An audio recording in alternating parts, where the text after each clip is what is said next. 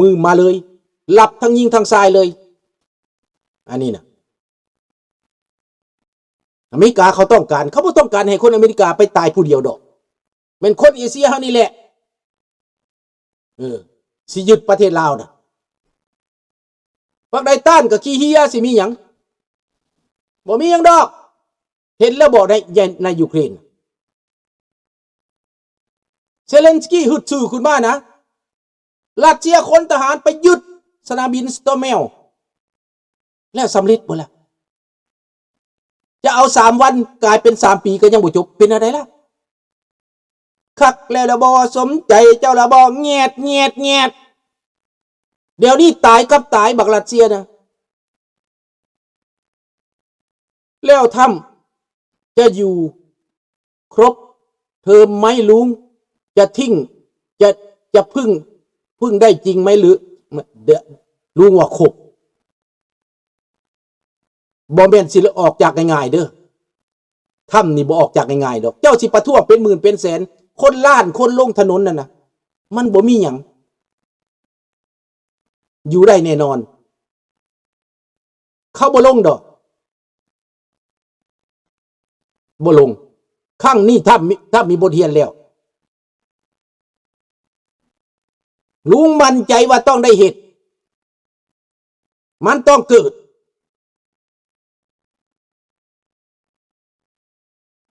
ครับมีงานทำแน่นอนไม่ต้องห่วง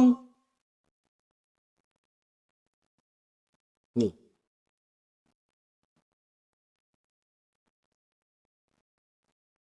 ดังนั้นแหละพี่น้องเฮาสิเปลี่ยนประเทศเฮาสิเปลี่ยนการเมืองเฮาสิให้ประเทศลาวให้คนอยากอยู่อยากอาศัยความเจริญมันมาจากคนยูเครนจับทหารจีนได้จับเสลยจีนได้2 นายเขามาเป็นกองร้อยมันบ่แม่น2 นายตายเป็นร้อยจับได้2 คนเตรียมลูกหลานในประเทศลุกขึ้นยึดอำนาจยึดอาวุธรอท่าลุงเท่านั้นลุงสิตบขมุตบขมับอีท่องอีเวียงท่องหอยแห้งตอนนั้นแหละ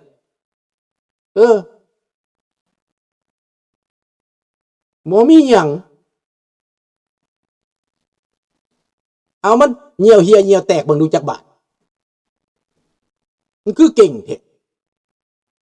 แกหัวขอดนี่นะ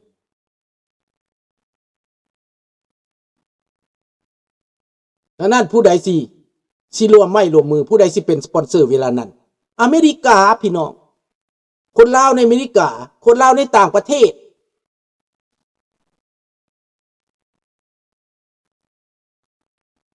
พระเจ้ามหาชีวิตศรีสว่างวัฒนาและพระมหาได้สวรรคตไปยังไม่ได้ทำพิธีปรงพระศพปรงพระศพเลยเป็นตราบาปของลูกหลานลาวจนถึงปัจจุบันแม่นพวกมันใจดำอำมหิตพวกนี้นะ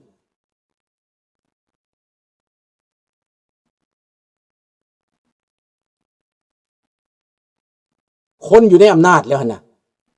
อำนาจประธานาธิบดีมันสั่งได้ดิดังนั้นเรื่องเล่าเหตุภาษีเรื่องเล่านี่นะมันอาจจะมีปัญหากระทบเล็กน้อยแต่ว่าเรื่องอำนาจมันยังมั่นคงอยู่เด้เขาเปลี่ยนแต่งตั้งนายทหารแหละเปลี่ยนผู้บัญชาการกองพลกองพันเบิดแล้วเปลี่ยนเจ้าหน้าที่ตำรวจเบิดแล้วเขาตัดมีตะตีนพวกนั้นแล้ว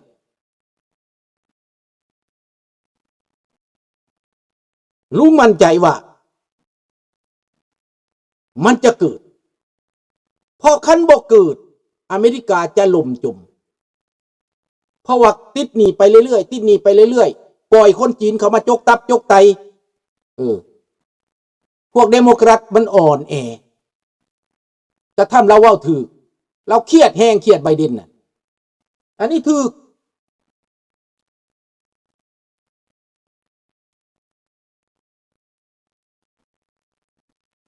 แม่นเพิ่นไปมาหาสู่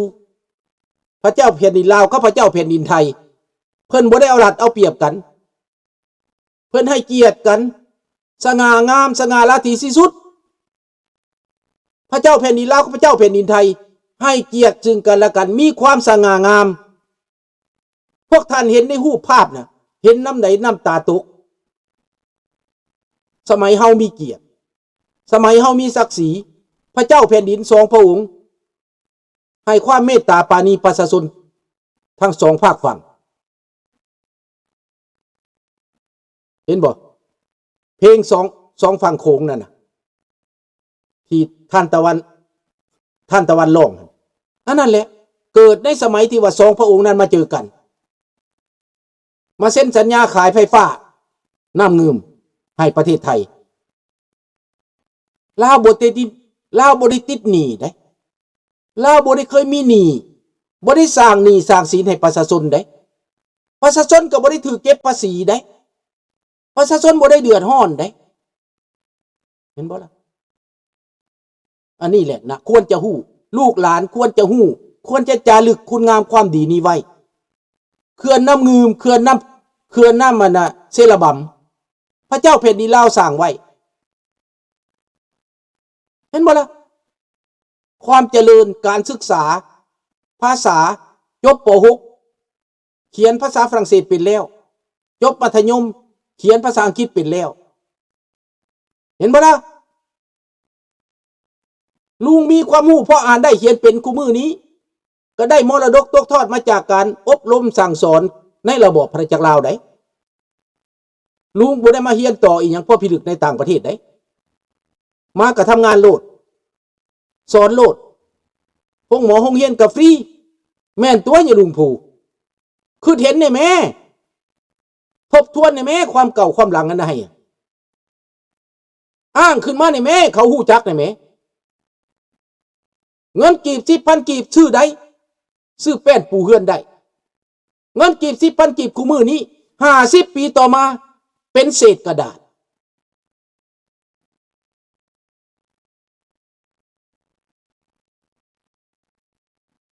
นี่เงินสมัยก่อน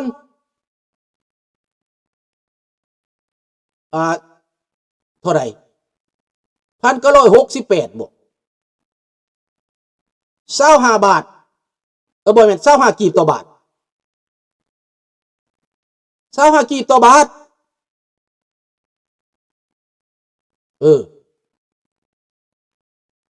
ประมาณนั้นบ่ลุงผู้25กีบต่อบาทไปแตกอยู่เมืองไทยไปกรุงเทพเอาเงินเวียงจันทร์ไปใส่อยู่ใส่ก็ได้เบิดในโลกนี้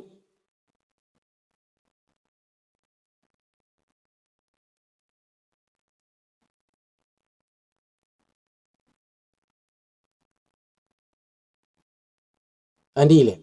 คนลาวเฮามีเกียรติศักดิ์ศรีบ้านพี่เมืองนอกเมืองไทยไปมาหาสู่สบาย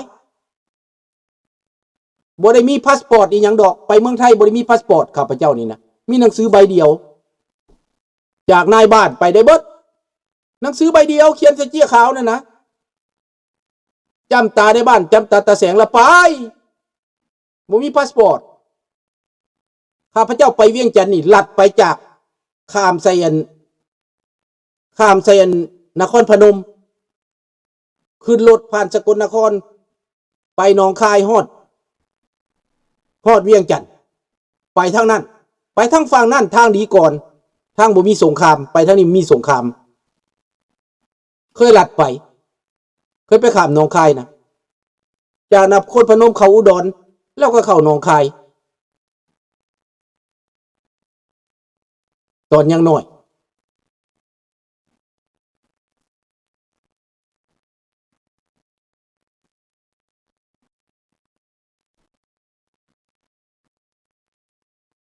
สบายดีเซียนดังนั้นในอดีตนั้นเฮาถ้าว่ารักษาและพัฒนามาตั้งแต่พูดมาป่านนี้โอ้ยคนลาวบ่ได้เป็นหนี้แบบนี้ดอกดินก็เป็นของลาวบ้านก็เป็นของลาวเกียรติศักดิ์ศรีก็เป็นของลาวคนลาวปกครองกันเองด้วยความหักด้วยความแพงด้วยเจตนาสื่อสัตย์ต่อกันอยู่ทางกินอยู่ทางลิ้น คู่มือนี่นะอันใดก็เป็นของเขาอันใดก็เป็นหนี้เป็นสินเบิดต่างชาติเขามาหุกคานปากบ่ได้ไอบ่ดังตั้งแต่ก่อนนักศึกษามีเกียรติศักดิ์ศรีลงถนนประท้วงได้บ่มักอันใดก็เว้าได้เฮาก็เห็นกันตัวเฮาก็ฮู้กันตัวก็แบบเมืองไทยคู่มือนี่เขาเจ้าเว้าได้คนไทยกับเจ้าก็เว้าได้ประท้วงได้ต่อว่าต่อขานได้เห็นต่างได้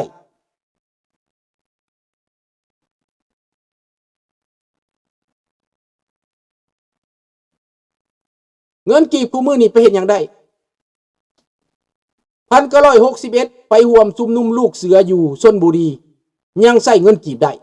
นั่นอย่าลืมพวกไปห่วมชุมนุมลูกเสือ1961ใส่เงินกีบได้อยู่ชลบุรีให้ขึ้นเอาพี่น้องเกียรติศักดิ์ศรีคุณค่าของเงินคุณค่าของคนศักดิ์ศรีมันสำคัญไหนเกียรติมันสำคัญไหนค่าเงินมันสำคัญไหนค่าของคนก็สำคัญเสาอากาศเซโนขายกินหมดแล้ว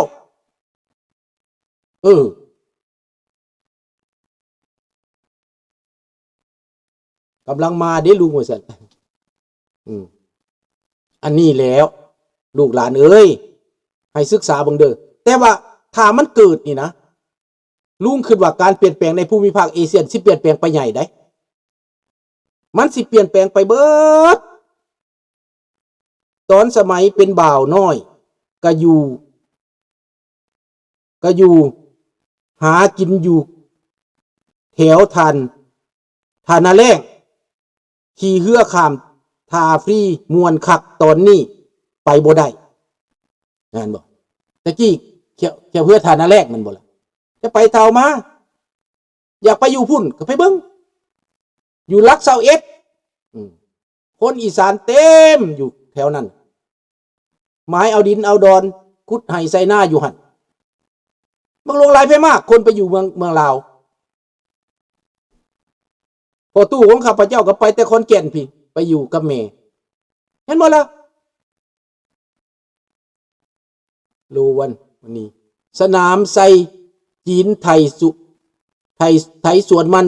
ต้นประชาชนบ่ได้เงินสดเชยจากกีบมันสิไทยเอาเวิร์ดนั่นแหละของขายศาสตร์ดิมันขายศาสตร์อาจารย์สอนอยู่มหาลัยขอนแก่นก็แม่นคนบ้านข่อยเพิ่นเสียชีวิตเมื่อ 2-3 ปีก่อนนั่นแหละ